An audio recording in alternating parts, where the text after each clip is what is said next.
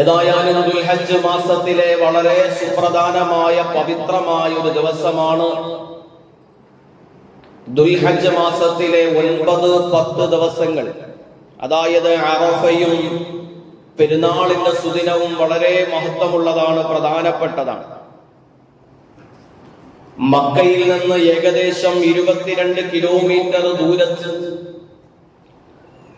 10 kilometre നീളത്തിലും 6 kilometre വീതിയിലുമായി പരന്ന് പരിലസിച്ച് കിടക്കുന്ന മഹത്തായ ഒരു ഭൂമിയാണ് അറഫ എന്ന് പറയുന്നത്. ഹജ്ജിന് പോകുന്ന ഹാജിമാർ നിർബന്ധമായും പങ്കുകൊള്ളേണ്ട, സാന്നിധ്യം അറിയിച്ചിരിക്കേണ്ട ഒരു പുണ്യഭൂമിയാണ് പരിശുദ്ധ അറഫ മൈതാനം എന്ന് പറയുന്നത്. ജബലുർ റഹ്മ ഉൾപ്പെടുന്ന ആ പരിശുദ്ധമായ അറഫ മൈതാനിയിൽ ഹജ്ജിന് വേണ്ടി തയ്യാറായിട്ടുള്ള എല്ലാ ഹാജിമാരും സംഗമിച്ചിരിക്കണം. അതുകൊണ്ട് തന്നെ ഹാജിമാരായി പോയ, രോഗികളായി പോയ ആളുകൾ പലർക്കും അത് കഴിയാതെ വന്നാൽ പോലും അവിടുത്തെ ഭരണകൂടം അതിനുള്ള സംവിധാനങ്ങൾ നടപ്പാക്കുകയും ഒരു നിമിഷമെങ്കിലും അറഫ മൈതാനിയിൽ ഹജ്ജിന് വേണ്ടി വന്നിട്ടുള്ളവർക്ക് സംഗമിക്കാനുള്ള എല്ലാ രൂപത്തിലുമുള്ള ആധുനിക സജ്ജീകരണങ്ങൾ അവിടെ നടത്താറുണ്ട്. കഴിയുന്ന ആളുകളെ ആംബുലൻസുകളിൽ കൊണ്ടുവരും, വീൽ ചെയറുകളിൽ കൊണ്ടുവരും. ഒന്നിനും കഴിയാതെ വന്നുപോയാൽ ഹെലികോപ്റ്ററിലും ഈ രോഗികളായ ഹാജിമാരെ കൊണ്ടുവന്ന് അറഫ മൈതാനിയിൽ സംഗമിപ്പിക്കുന്ന നയനമനോഹരമായ കാഴ്ചകൾ നമുക്ക് കാണാൻ സാധിക്കുന്നുണ്ട്. ഏതായാലും ലോകത്തിന്റെ പ്രവാചകൻ അഷ്റഫുൽ ഖൽഖ് മുഹമ്മദ് മുസ്തഫ സ്വല്ലല്ലാഹു അലൈഹി വസല്ലമ തങ്ങൾ പറഞ്ഞു, ഹജ്ജ് എന്ന് പറഞ്ഞാൽ അൽ ഹജ്ജു അൽ അറഫ. ഹജ്ജ് എന്ന് പറഞ്ഞാൽ അറഫയാണ്. അറഫയിൽ നിൽക്കലാണ്, അവിടെ സമയം ചെലവഴിക്കലാണ്. ഹജ്ജ് എന്ന് പറഞ്ഞാൽ അതിന്റെ മർമ്മമാണ്, ഹജ്ജിന്റെ മർമ്മം അത് അറഫയാണ്. അതാണ് ഞാൻ സൂചിപ്പിച്ചത്. ഈ അറഫ എന്ന് പറയുന്നത് മക്കയിൽ നിന്ന് 22 കിലോമീറ്ററുകളോളം ദൂരമുണ്ട്. അതിനിടയിൽ മിനയും മുസ്തലിഫയും അടക്കമുള്ള പല സ്ഥലങ്ങളിലൊക്കെ ഇബാദത്തുകളിൽ സജീവമായി കഴിഞ്ഞുകൂടി ഹാജിമാരായ അള്ളാഹുവിന്റെ ദാസന്മാർ, അള്ളാഹുവിന്റെ വിരുന്നുകാർ ഈ പരിശുദ്ധമായ അറഫയെ ലക്ഷ്യമാക്കി ഈ വിശാലമായ ദൂരങ്ങൾ പിന്നിട്ടുകൊണ്ട് അറഫ മൈതാനിയിൽ കഴിയുന്ന സ്ഥലങ്ങളിൽ അവർക്ക് ലഭിച്ച ഇടങ്ങളിൽ അവർ ഇരുന്നുകൊണ്ട്, നിന്നുകൊണ്ട്, കിടന്നുകൊണ്ട് ദുആയിലും ദിക്റിലും പ്രാർത്ഥനയിലുമായി നിറകണ്ണുകളോടെ ഇലാഹായ റബ്ബിലേക്ക് കരങ്ങൾ ഉയർത്തി, കണ്ടമിടറി മനസ്സുനീര് കണ്ണുനീർ തുള്ളികൾ ചാലിട്ടൊഴുകിക്കൊണ്ട് പ്രാർത്ഥനാ മുഖരിതമായ ഒരു അന്തരീക്ഷമാണ് അറഫ ദിവസം നടക്കുന്നത്. സുബ്ഹാനല്ലാഹ്, പരിശുദ്ധമായ ദുൽഹജ്ജ് മാസത്തിന്റെ 9ാമത്തെ ദിവസം നടക്കുന്നത്.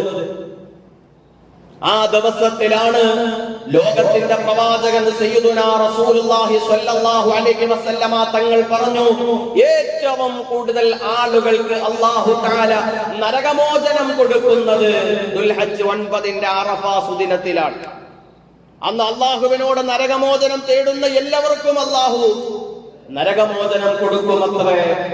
ഏതെങ്കിലും ഒരു വിശ്വാസി, അവൻ ഹാജിയാവട്ടെ അല്ലാതിരിക്കട്ടെ, അറഫാ ദിവസം അവൻ അല്ലാഹുവിന്റെ സവിധത്തിലേക്ക് കരങ്ങൾ ഉയർത്തി ദുആ ചെയ്യുന്നു, പടച്ചവനെ, ഇന്നത്തെ ദിവസം ലോകത്തിന്റെ നാനാഭാഗങ്ങളിൽ നിന്ന് നീ വിളിച്ച നിന്റെ ക്ഷണം സ്വീകരിച്ചുകൊണ്ട്, അനുസരിച്ചുകൊണ്ട്, ലബ്ബൈക്കിന്റെ മന്ത്രധ്വനികൾ ഉരവിട്ടുകൊണ്ട് അല്ലാഹുവേ അറഫയിൽ സംഗമിക്കുന്ന ലക്ഷോപലക്ഷക്കണക്കിന് ഹാജിമാർ, പടച്ചവനെ, അവർക്ക് നീ നരകമോചനം വിധി എഴുതുമ്പോ സാധുവായ എനിക്ക് നീ നരകമോചനം നൽകണേ റബ്ബേ എന്ന് അല്ലാഹുവിനോട് തേടിയാൽ അവനിക്ക് അല്ലാഹു നരകമോചനം കൊടുക്കുമെന്ന് ആര് പറഞ്ഞു?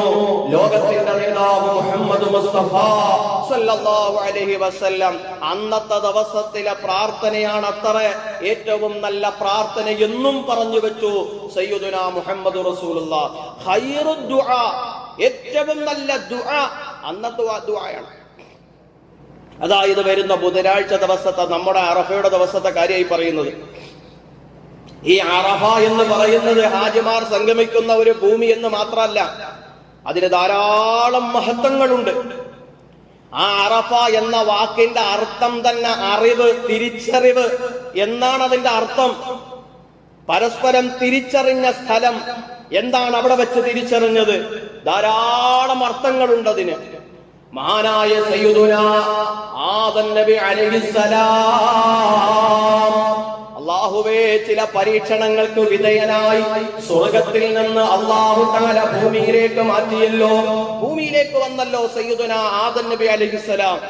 അവിടുത്തെ പ്രിയപ്പെട്ട പത്നി ഹവ്വാ റളിയല്ലാഹു തആല അൻഹയും ഭൂമിയിൽ വന്നല്ലോ. അവരിരുവരും രണ്ട് ദിക്കുകളിലാണ് ഇറങ്ങിയത്.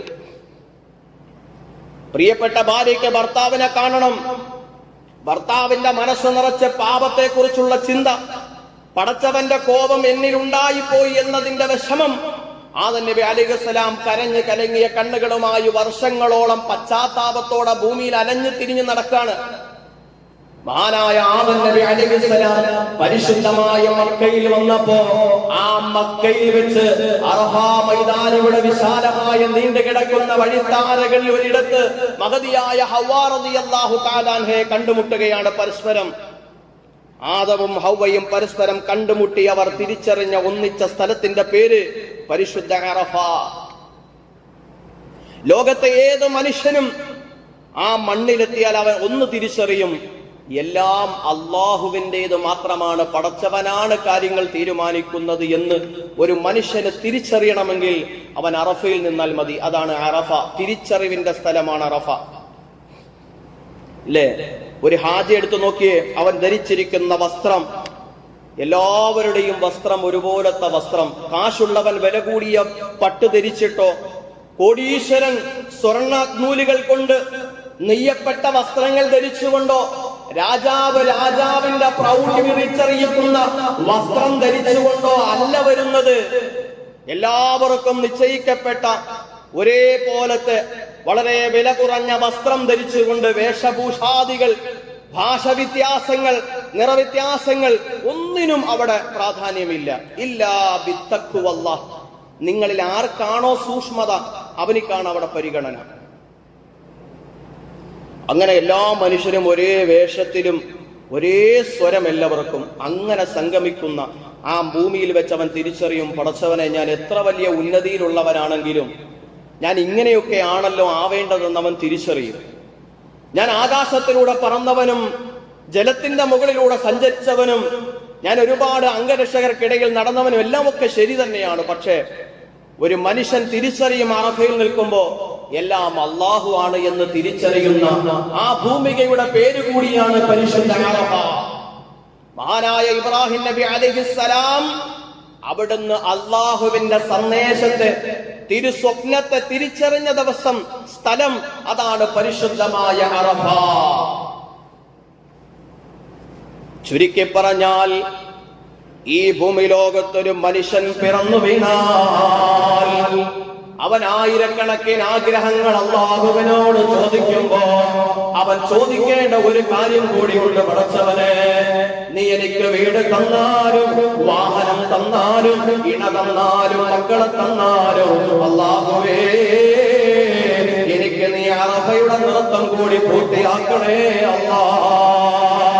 ലോകത്ത് ആയിരക്കണക്കിന് അനുഗ്രഹങ്ങൾ അല്ലാഹുവിനോട് ചോദിച്ചാലും എന്റെ പ്രിയപ്പെട്ട മുഅ്മിനീങ്ങളെ, സഹോദരങ്ങളെ, ഈ പുണ്യമായ അറഫയിൽ നിൽക്കുന്ന ഒരു മനോഹരമായ ഒരു കാഴ്ചയുണ്ടല്ലോ, ഒരു കർമ്മമുണ്ടല്ലോ, ഒരു സന്തോഷമുണ്ടല്ലോ, ഒരാശയമുണ്ടല്ലോ, മനസ്സിന്റെ അകതാറിൽ അലതല്ലുന്ന വല്ലാത്തൊരാവേശമുണ്ടല്ലോ.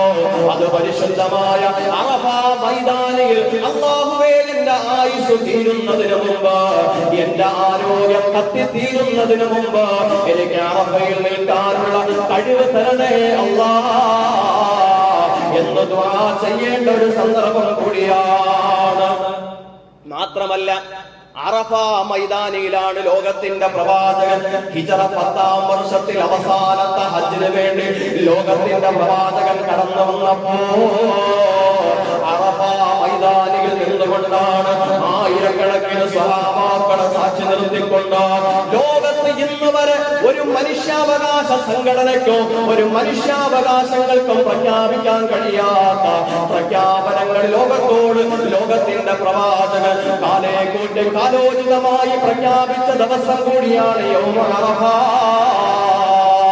ലോകത്തിന്റെ പ്രവാചകൻ അറഫ മൈതാനിയെ സാക്ഷി നിർത്തിക്കൊണ്ട് ആയിരക്കണക്കിന് സഹാബാക്കളോട് ലോകത്തെ അറഫയിലേക്ക് ഉറ്റുനോക്കുന്ന ലക്ഷോപലക്ഷക്കണക്കിന് വിശ്വാസികളോട് മാലോകരോട് പ്രവാചകൻ ഒരു ചെറിയ പ്രഭാഷണം നടത്തിയിട്ടുണ്ട്.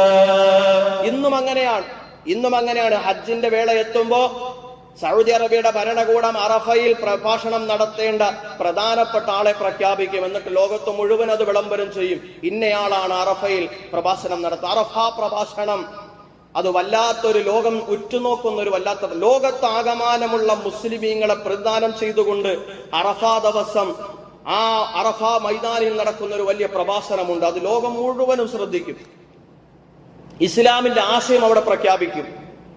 അതിന് വല്ലാത്ത പ്രാധാന്യമാണ്. അതുകൂടിയാണ് അറഫ. വെറുതെ അല്ല അറഫ എന്ന് പറയുന്നത്. ധാരാളം പ്രത്യേകതകൾ അവിടെ ഉണ്ട്. സുബ്ഹാനല്ലാഹ്. ഹബീബായ നബിയുനാ റസൂലുള്ളാഹി സ്വല്ലല്ലാഹു അലൈഹി വസല്ലമ തങ്ങള് ആ ഹജ്ജിന്റെ വേളയിൽ തന്റെ അവസാനത്തെ പ്രഭാഷണമാണത്. അവസാനത്തെ പ്രഭാഷണത്തിന്റെ വേദിയാണ്. നബി സല്ലല്ലാഹു അലൈഹി വസല്ലമ തങ്ങൾ തന്റെ ഉത്തരവാദിത്തപ്പെട്ട ചവിട്ടുപടികളിലേക്ക് കയറി നിന്നുകൊണ്ട് തന്നെ സാഗൂതം ശ്രദ്ധിച്ചു നിൽക്കുന്ന സ്വഹാബത്തിനോട് ലോകത്തിന്റെ പ്രവാചകന്റെ പ്രഖ്യാപനം എന്തെന്നറിയോ? എന്താണ് പ്രവാചകന്റെ അന്നത്തെ പ്രഥമമായ പ്രഭാഷണത്തിന്റെ കാതലായ ഭാഗം? ഒന്ന് മനുഷ്യനെ കുറിച്ചാണ് പറഞ്ഞത്. പിന്നെ പറഞ്ഞത് മനുഷ്യന്റെ സമ്പത്തിനെ കുറിച്ച് പറഞ്ഞു. പിന്നെ പറഞ്ഞത് മനുഷ്യന്റെ അഭിമാനത്തെ കുറിച്ച് പറഞ്ഞു. ഒന്ന് ചിന്തിച്ചു നോക്കിയേ. ആ കൂടി നിൽക്കുന്ന ജനതയോട് മുഴുവനും പറയാൻ എന്തെല്ലാം കാര്യങ്ങളുണ്ട്. തന്റെ അവസാന നിമിഷങ്ങളിലുള്ള തന്റെ വളരെ വിലപ്പെട്ട പ്രഭാഷണങ്ങൾക്കിടയിൽ പ്രവാചകന് പറയാൻ അനേകം കാര്യങ്ങളുണ്ട്. പക്ഷേ പ്രവാചകൻ എടുത്തു വെച്ച വിഷയം മനുഷ്യനെ കുറിച്ചാണ് പറയുന്നത്. മനുഷ്യനെ കുറിച്ചാണ് പറഞ്ഞത്. ഹബീബായ നബി സല്ലല്ലാഹു അലൈഹി വസല്ലമ തങ്ങൾ സ്വഹാബത്തിനോട് ഒന്നടങ്കം ചോദിച്ചു, ഇന്നത്തെ ദിവസം നിങ്ങൾക്കറിയോ എന്ന് ചോദിച്ചു. ഇന്നത്തെ ദിവസം നിങ്ങൾക്കറിയോ? സ്വഹാബാക്കൾ പറഞ്ഞു, നബിയെ, അത് അള്ളാഹുവും അള്ളാഹുവിന്റെ റസൂലുമല്ലേ അത് വ്യക്തമായിട്ട് തിരിച്ചറിയുന്നത്. നബി സല്ലല്ലാഹു അലൈഹി വസല്ലമ തങ്ങൾ ആ ദിവസത്തിന്റെ മഹത്വം പറഞ്ഞു കൊടുത്തു. ഇത് അറഫയാണ് സ്വഹാബത്തെ. ഇത് പുണ്യപ്പെട്ട സമയമാണ്. ഇത് പവിത്രമായ നേരമാണ്. ഇത് വല്ലാത്ത പുണ്യപ്പെട്ട നാടാണ്. സുബ്ഹാനല്ലാഹ്. ആവേശത്തോടെ സഹാബാക്കൾ ഇങ്ങനെ പ്രവാചകന്റെ വചനങ്ങൾക്ക് കാതുകൂർപ്പിക്കുകയാണ്. അല്ലെ, മക്ക എന്ന് പറയുന്നത് വളരെ പുണ്യപ്പെട്ട സ്ഥലമാണ്. അവിടെ വിശ്വാസികൾക്കാണ് കയറാൻ വഴിയുള്ളൂ. അവിടെ രക്തച്ചൊരിച്ചിലുകളില്ല, അവിടെ തർക്കങ്ങളില്ല, അവിടെ പിണക്കങ്ങളില്ല, ഒന്നുമില്ല. വളരെ ശാന്തമായ ഒരു അന്തരീക്ഷം. അതാണ് പരിശുദ്ധ കഅബ, പരിശുദ്ധ മക്ക, പുണ്യപ്പെട്ട നാട്. പിന്നെ അറഫയും കൂടെ. പടച്ചവനെ, ലോകത്തുള്ള മുസ്ലിമീങ്ങൾ എല്ലാവരും ആദരവോടുകൂടി കാണുന്ന ദിവസം നബി തങ്ങൾ പരിചയപ്പെടുത്താണ്. എന്നിട്ടാണ് അതിന്റെ മർമ്മത്തിലേക്ക് വരുന്നത്, അതിന്റെ പോയിന്റ് വരുന്നത് ഇനിയാണ്. പ്രവാചകൻ പറയാണ്, നിങ്ങൾ ഈ നാട്, ഈ മക്ക നിങ്ങൾക്ക് എത്ര പുണ്യപ്പെട്ടതാണിത്. നമ്മൾ ആരെങ്കിലും സാധാരണ ഏതെങ്കിലും പള്ളിയിൽ പോണ പോലെയാണോ മക്കയിൽ പോകുന്നത്? അള്ളാഹു എന്തെല്ലാം തയ്യാറെടുപ്പ് വേണം. മാനസികമായി വേണം, ശാരീരികമായി വേണം, നിയ്യത്തിൽ വേണം, ചിന്തയിൽ വേണം, സംസാരത്തിൽ വേണം. അല്ലാഹ്, കാരണം എന്താ? മക്ക അത്ര പുണ്യമാണ്. ആ നാട് അത്ര ആദരവുണ്ട്. സുബ്ഹാനല്ലാഹ്. ഇനി അതിന്റെ കൂടെ ഈ മാസമോ അത് ദുൽഹജ്ജ്, ഈ ദിവസമോ അത് അറഫ, എല്ലാ സംഗമിച്ച് ചുരുക്കി പറഞ്ഞാൽ ഒരംശം പോലും മാറ്റി നിർത്താൻ പറ്റാത്ത എല്ലാം കൊണ്ടും പവിത്രമായ ഈ ദിവസത്തെ പരിചയപ്പെടുത്തിയിട്ട് നബിതങ്ങൾ ഇനി തുടങ്ങാൻ പോവാണ്. ഇനിയാണ് നബിതങ്ങൾ ആ അറഫ മൈതാനിയിലെ മർമ്മപ്രധാനമായ പ്രഖ്യാപനം. നമ്മളൊക്കെ എല്ലാവരും നമസ്കാരമുള്ളവരാണ്, ഇബാദത്തുള്ളവരാണ്, അല്ലേ? നമ്മളൊക്കെ നല്ല വ്യക്തിത്വങ്ങൾ ഉള്ളവരാണ്. നമുക്കെല്ലാം ഉണ്ട്. സുബ്ഹാനല്ലാഹ്. താടിയുണ്ട്, തൊപ്പിയുണ്ട്, തലപ്പാവുണ്ട്, നിസ്കാര തടമുണ്ട്, വീടുണ്ട്, കുടുംബമുണ്ട്, ഭാര്യയുണ്ട്, മക്കളുണ്ട്, എല്ലാം ഉണ്ട്. നല്ല തറവാട്ടിലും കുടുംബത്തിലും ഒക്കെ ജനിച്ച് എല്ലാം ശരി തന്നെ. ഇനിയാണ് ആ പ്രഖ്യാപനത്തിലേക്ക് ശ്രദ്ധിച്ച് കേൾക്കേണ്ടത്. ഈ പ്രഖ്യാപനം എല്ലാ വർഷവും ഹജ്ജിന്റെ വേളയിൽ ആ പരിപാവനമായ ഹറമിൽ ഒരുമിച്ച് കൂടുന്ന ലക്ഷോപലക്ഷം വരുന്ന ശുഭ്രവസ്ത്രധാരികളായ ഹാജിമാരെ സാക്ഷി നിർത്തി ലോകത്തോട് മുഴുവനും അറഫ വിളിച്ചു പറയും ഇത് പ്രവാചകന്റെ സന്ദേശമാണെന്ന്. എന്താ പ്രവാചകൻ പറഞ്ഞത്? ലോകത്തിന്റെ പ്രവാചകൻ പറയുകയാണ്, ഇന്ന ദിമാഅകും വഅംവാലകും വഅറാദകും ബൈനകും ഹറാം. എന്റെ പ്രിയപ്പെട്ട സ്വഹാബത്തെ, എന്റെ ആദർശം നെഞ്ചിലേറ്റിയവരുടെ പരിപാവനമായ തൗഹീദിന്റെ വഴിയിലേക്ക് എല്ലാവിധ മർദ്ദനങ്ങളും എല്ലാവിധ പരീക്ഷണങ്ങളും അതിജീവിച്ച് കടന്നു വന്നവരെ, എനിക്ക് നിങ്ങളോട് പറയാനുള്ളത്, നിങ്ങളുടെ രക്തത്തിന് പവിത്രതയുണ്ട് കേട്ടോ. മനുഷ്യന്റെ ശരീരത്തിന് പവിത്രതയുണ്ട്, മനുഷ്യന്റെ ശരീരത്തിന് പവിത്രതയുണ്ട്, മനുഷ്യന്റെ രക്തത്തിന് പവിത്രതയുണ്ട്, മനുഷ്യൻ സമ്പാദിച്ച സമ്പത്തിനും പവിത്രതയുണ്ട്. എത്രത്തോളം എന്നറിയോ? അവന്റെ അഭിമാനത്തിനും പവിത്രതയുണ്ട്. ഈ പരിപാവനമായ കഅബാലയത്തെ എത്ര ആദരവോടുകൂടിയാണോ നിങ്ങൾ കാണുന്നത്, അതേ ആദരവോടുകൂടി തന്നെ മനുഷ്യന്റെ അഭിമാനത്തെയും കാണണമെന്ന് ലോകത്തിന്റെ നേതാവ് മുഹമ്മദ് മുസ്തഫ സല്ലല്ലാഹു അലൈഹി വസല്ലമ തങ്ങൾ പറഞ്ഞില്ലയോ? എന്നിട്ട് നബി തങ്ങൾ പറയാ, കഹുർമത്തി യൗമികും ഹാദാ, ഈ അറഫ എന്ന മനോഹരമായ ദിവസത്തെ പോലെ, ഫീ ശഹരികും ഹാദാ, ഈ സുന്ദരമായ മാസത്തെ പോലെ, ഫീ ബലദികും ഹാദാ, ഈ സുന്ദരമായ നാടിനെ പോലെ നിങ്ങൾ മനുഷ്യന്റെ ശരീരത്തിന് വില കൊടുക്കണം കേട്ടോ, മനുഷ്യന്റെ രക്തത്തിന് വില കൊടുക്കണം കേട്ടോ, മനുഷ്യന്റെ സമ്പത്തിന് നിങ്ങൾ വില കൊടുക്കണം കേട്ടോ, മനുഷ്യന്റെ അഭിമാനത്തിന് പവിത്രത കൊടുക്കണേ സ്വഹാബത്തെ എന്ന് ലോകത്തെ പ്രതിദാനം ചെയ്തുകൊണ്ട് ലോകത്തിന്റെ പ്രവാചകൻ അഷ്റഫുൽ ഖൽഖ് മുഹമ്മദ് മുസ്തഫ എന്ന് പറഞ്ഞാൽ അതിന്റെ ആശയം എത്രത്തോളം ഉണ്ടെന്നറിയോ? എന്റെ പ്രിയപ്പെട്ട സഹോദര, സുജൂദിൽ കിടക്കുന്ന ഒരു മനുഷ്യന്റെ നെറ്റിത്തടം കൊണ്ട് മോശമായിട്ടൊരു മനുഷ്യന്റെയും മുഖത്ത് നോക്കാൻ കഴിയില്ല, അവന് പരിഹസിക്കാൻ കഴിയില്ല, അവന് കളിയാക്കാൻ കഴിയില്ല, ഒരു മനുഷ്യനെയും നിന്ദിക്കാൻ കഴിയില്ല. അവന്റെ പേരാണ് മുസ്ലിം എന്ന്, അവന്റെ പേരാണ് മുത്തുനബിയുടെ അനുയായി എന്ന്.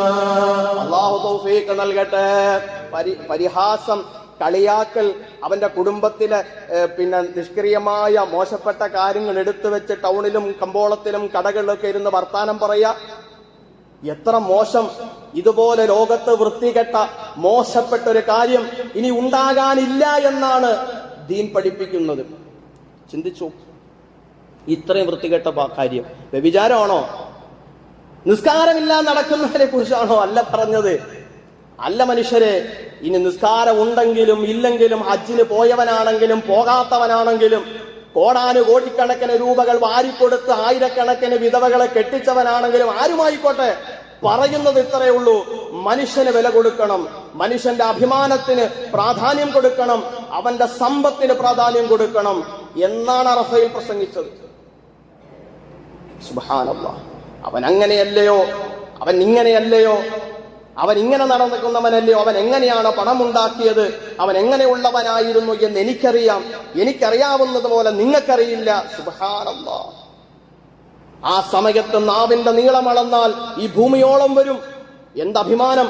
അത് പറഞ്ഞാൽ ഉടനെ പിന്നെ ചെന്നിട്ട് ളുഹർ എന്ന ഫർള് നമസ്കാരം 4 റക്അത്ത് അല്ലാഹു തആലയ്ക്ക് വേണ്ടി നിസ്കരിക്കുന്നു. അല്ലാഹു അക്ബർ. ചിന്തിക്കും. ഇതാണ് ഇനി നമ്മൾ ചിന്തിക്കേണ്ടത്. അവിടെയാണ്. അതാണ് ലോകത്തിന്റെ പ്രവാചകൻ. ഈ കഅബ നിങ്ങൾ എത്ര സുന്ദരമായിട്ടാകാം, അതോളം പവിത്രതയുണ്ട് മനുഷ്യന്. നിന്റെ സോഫയിൽ നിസ്കരിക്കുന്നവനാകട്ടെ, നിന്റെ അയൽവാസിയാവട്ടെ, നിന്റെ കൂടെ ജീവിക്കുന്നവളാകട്ടെ, ആരുമാവട്ടെ, സുബ്ഹാനല്ലാഹ്, മനുഷ്യൻ എന്ന പരിഗണനയിൽ അതൊക്കെ ബഹുമാനിക്കേണ്ടതും ആദരിക്കേണ്ടതുമാണെന്ന പ്രഥമ പ്രഭാഷണം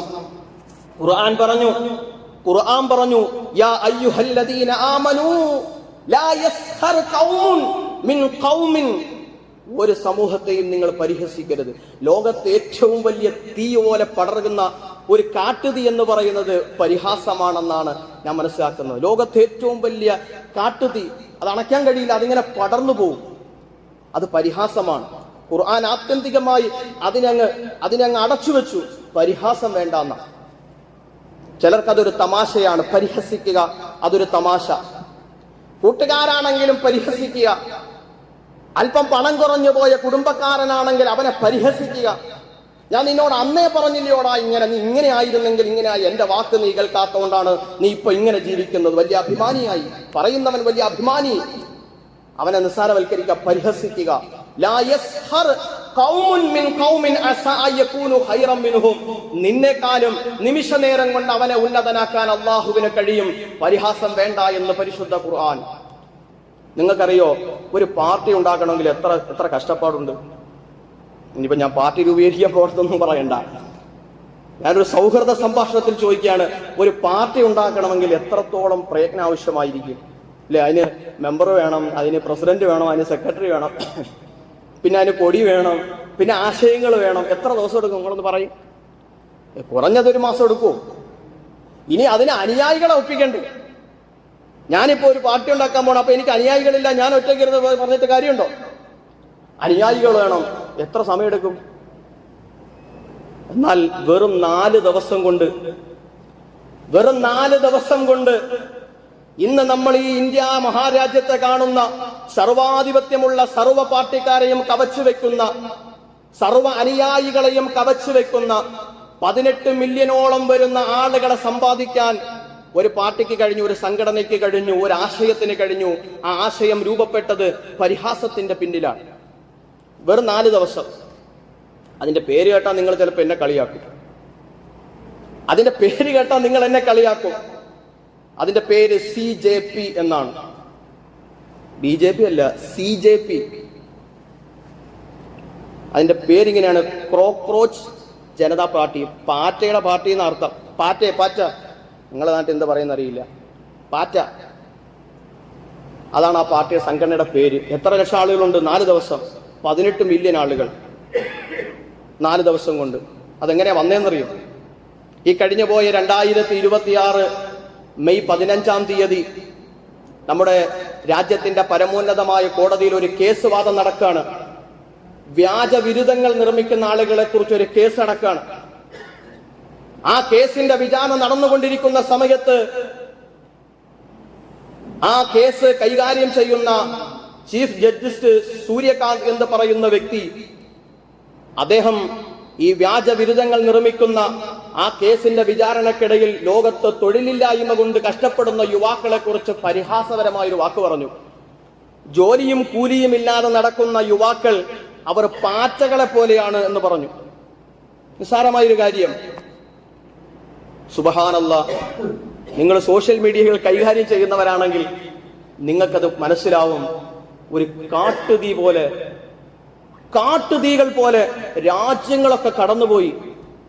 പാകിസ്ഥാനും ബംഗ്ലാദേശും അമേരിക്കയും ഒക്കെ അടക്കം സർവ്വ രാജ്യങ്ങളിലേക്കും ആ പരിഹാസത്തിന്റെ മൊന കടന്നുപോയി.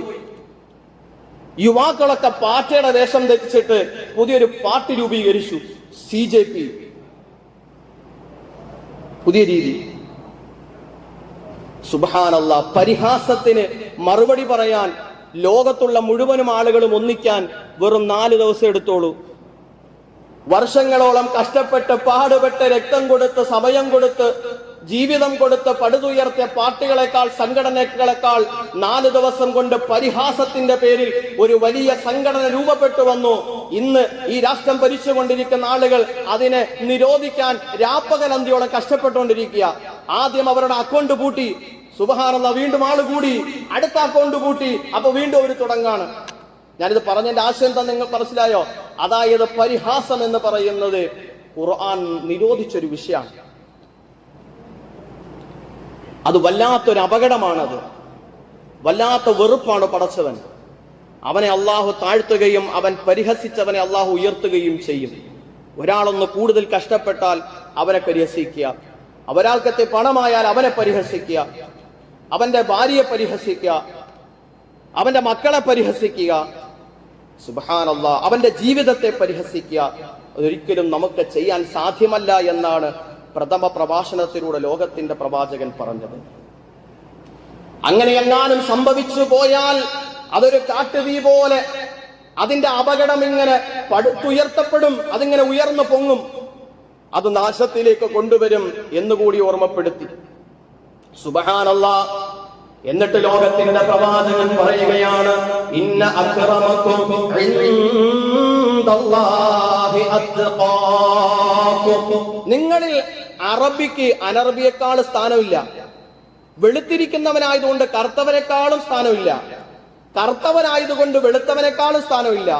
പണക്കാരന് പാവപ്പെട്ടവനേക്കാളും സ്ഥാനമില്ല. പാവപ്പെട്ടവനായതുകൊണ്ട് അവന് കുറച്ച് കൂടുതൽ പരിഗണനയും പണമുള്ളത് കൊണ്ട് അവനെ താഴ്ത്തിക്കെട്ടാനും പറ്റൂല. അങ്ങനെയാണ്. പാവങ്ങളായതുകൊണ്ടാണ് അല്ലെങ്കിൽ പണക്കാരനായതുകൊണ്ടാണ്, അങ്ങനെയില്ല. പണമുണ്ടെങ്കിൽ അവന് പടച്ചവൻ കൊടുത്തത് അല്ലേ? അപ്പൊ വെളുത്തവന് കറുത്തവനേക്കാൾ സ്ഥാനമില്ല, വെളുത്തവന് കറുത്തവനേക്കാളും സ്ഥാനമില്ല. പണക്കാരന് പാവപ്പെട്ടവനേക്കാളോ പാവപ്പെട്ടവന് പണക്കാരനേക്കാളും സ്ഥാനം. പിന്നെ എന്താണ് ഇവിടെ സ്ഥാനം?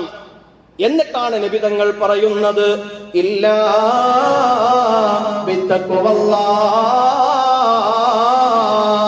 നിങ്ങളിൽ ആർക്കാണോ ഏറ്റവും കൂടുതൽ അല്ലാഹുവിനോട് സൂക്ഷ്മതയുള്ളത്. അങ്ങനെയാണ് അല്ലേ? സുബ്ഹാനല്ലാഹ്. നിങ്ങളുടെ തൊലികൾ കൊണ്ട്, മാംസങ്ങൾ കൊണ്ട്, വാരിയെല്ലുകൾ കൊണ്ട് മൂടപ്പെട്ട ഹൃദയത്തിന്റെ ഉള്ളറയിൽ ആർക്കാണ് പടച്ചവനെ കുറിച്ച് ഭയമുള്ളത്? ആ ഭയം എത്രത്തോളമാണോ അതിന്റെ തൂക്കമുള്ളത്. ആ തൂക്കത്തിന്റെ തുലനത്തിനനുസരിച്ചാണ് അല്ലാഹുവിന്റെ അടുക്കൽ സ്ഥാനമുള്ളത്. ഇതെവിടെ വെച്ച് പ്രഖ്യാപിച്ചു? പരിശുദ്ധമായ അറഫയിൽ വെച്ച് ലോകത്തോട് മുഴുവനും പ്രഖ്യാപിച്ചു. അഷ്റഫുൽ ഖൽഖ് മുഹമ്മദ് മുസ്തഫ. ഞാൻ കൂടുതൽ വിശദീകരിക്കുന്നില്ല. പിന്നെ പ്രവാചകൻ പറഞ്ഞു, നിങ്ങളുടെ ഭാര്യമാരോട്, സ്ത്രീകളോട് മാന്യമായി നിങ്ങൾ സ്വഭാവത്തിൽ പെരുമാറണമെന്ന്. സുബ്ഹാനല്ലാഹ്. ഒരു വീട്ടിലെങ്ങാനും ഒരു കുഞ്ഞു പിറന്നു പോയാൽ അത് പെൺകുഞ്ഞാണെന്ന് അറിഞ്ഞു കഴിഞ്ഞാൽ ആ കുടുംബത്തെ ഒറ്റപ്പെടുന്ന കാട്ടാളന്മാര് ജീവിച്ചിരുന്ന കാലഘട്ടത്തിലാണ് ലോകത്തിന്റെ പ്രവാചകൻ മഹതിയായ ഫാത്തിമ എന്ന കുഞ്ഞിന്റെ കൈപിടിച്ചുകൊണ്ട് ആ ഗോത്രത്തിന്റെ നടുവിലൂടെ നടന്നുപോയത്. പലരും പറഞ്ഞു, മുഹമ്മദേ, നാണമുണ്ടോ? നിനക്ക് ജനിച്ചത് പെൺകുഞ്ഞല്ലേ? ആ പെൺകുഞ്ഞാണ് ലോകത്താകമാനമുള്ള സ്ത്രീ സമൂഹത്തെ നാളെ മഹ്ശറാ മൈതാനിയിൽ നിന്ന് സ്വർഗത്തിന്റെ അകത്തളത്തിലേക്ക് നയിച്ചു കൊണ്ടുപോകണമെങ്കിൽ 1400 വർഷങ്ങൾക്ക് മുമ്പ് പ്രവാചകന്റെ കൈപിടിച്ചുകൊണ്ട് കാട്ടാളന്മാരുടെ നടുവിലൂടെ നടന്നുപോയ ആ പ്രവാചകന്റെ കരുത്തിന്റെ കൈകളിൽ ചേർത്ത് പിടിച്ച ലോകത്തുള്ള സർവ്വ സ്ത്രീകളുടെയും മഹിളാ മാതൃകയായ ഫാത്തിമ റളിയല്ലാഹു തആല അൻഹയാണ് സ്വർഗത്തെ സ്ത്രീകളുടെ നേതാവെന്ന് മുഹമ്മദ് മുസ്തഫ. ഫാത്തിമാക്ക് താഴെയാണ് ഏത് വലിയന്റെയും സ്ഥാനമുള്ളത്. ഫാത്തിമാക്ക് താഴെയാണ് ഏത് പണ്ഡിതന്റെയും സ്ഥാനമുള്ളത്. ആ സമൂഹത്തോട് ലോകത്തിന്റെ പ്രവാചകൻ പറഞ്ഞു, നിങ്ങൾക്കൊരു പെൺകുഞ്ഞ് പിറന്നാൽ അല്ലാഹുവിന്റെ സ്വർഗ കവാടം നിങ്ങൾക്ക് മുമ്പിൽ തുറക്കപ്പെട്ടു എന്ന്. സുബ്ഹാനല്ലാഹ്. മഹ്ശറാ മൈതാനിൽ ഒരുമിച്ച് കൂടുമ്പോ നിങ്ങൾക്ക് ശഫാഅത്ത് ചെയ്യാൻ നിങ്ങളുടെ പെൺമക്കൾ നിങ്ങളുടെ ചാരത്തെ കൂടി വരുമെന്ന് ലോകത്തിന്റെ നേതാവ് മുഹമ്മദ് മുസ്തഫ. അതേ പ്രവാചകൻ തന്റെ അവസാന പ്രവാസന വേദിയില് ലോകം മുഴുവനും ഉറ്റുനോക്കുമ്പോ ആയിരക്കണക്കിന് സ്വഹാബത്തിനെ സാക്ഷി നിർത്തിക്കൊണ്ട് ലോകത്തോട് പറഞ്ഞു,